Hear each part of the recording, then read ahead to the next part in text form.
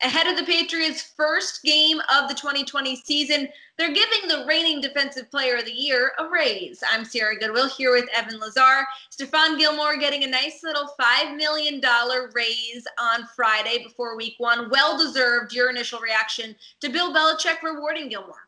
Well, I think that this is a direct kind of relation to Jalen Ramsey just signing that big contract with Los Angeles. You see Ramsey, who's a very, very good cornerback, making over $20 million a year.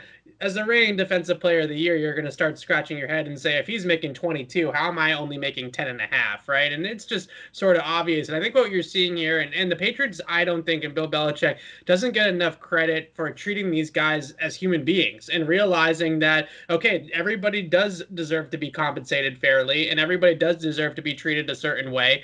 And you see this, certainly with the practice squad, for instance, how they aren't protecting anybody on the practice squad. I think that's related to it as well. It's just wanting to do the things the right way. And Gilmore was clearly getting underpaid. All he has done is played well for the Patriots and has earned that payday. So I think at the end of the day, they did try to negotiate maybe a little bit of contract extension to add a few more years on the end of his deal so that he stays a Patriot. I don't think that they got enough progress this offseason in that regard, so they end up just giving him a pay bump instead. Yeah, not just play well, but also do all the off-the-field things right. the right way as well. So this move definitely makes you think about Cam Newton. We know he's underpaid, or at least paid a lot less than probably he or anyone else anticipated. If things go well for Newton, do you see Bill Belichick doing the same thing in the form of a raise or an extension?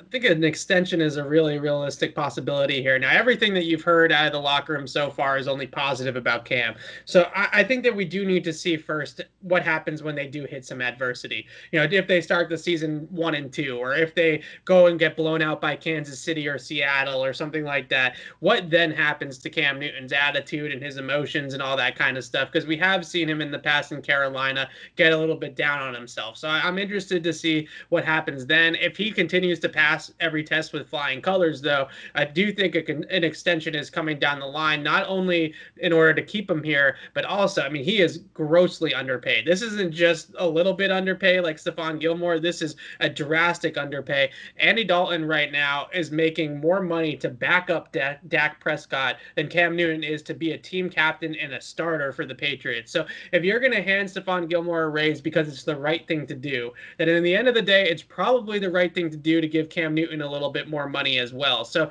I understand he hasn't done anything yet. He hasn't taken a snap under center yet for the Patriots, and I know a lot of people would like to see him play a little bit before they give him that money. But at the same time, you do have to realize that he is unfairly, grossly underpaid right now and deserves to be paid a lot more, certainly in that Andy Dalton, Marcus Mariota range at the very least.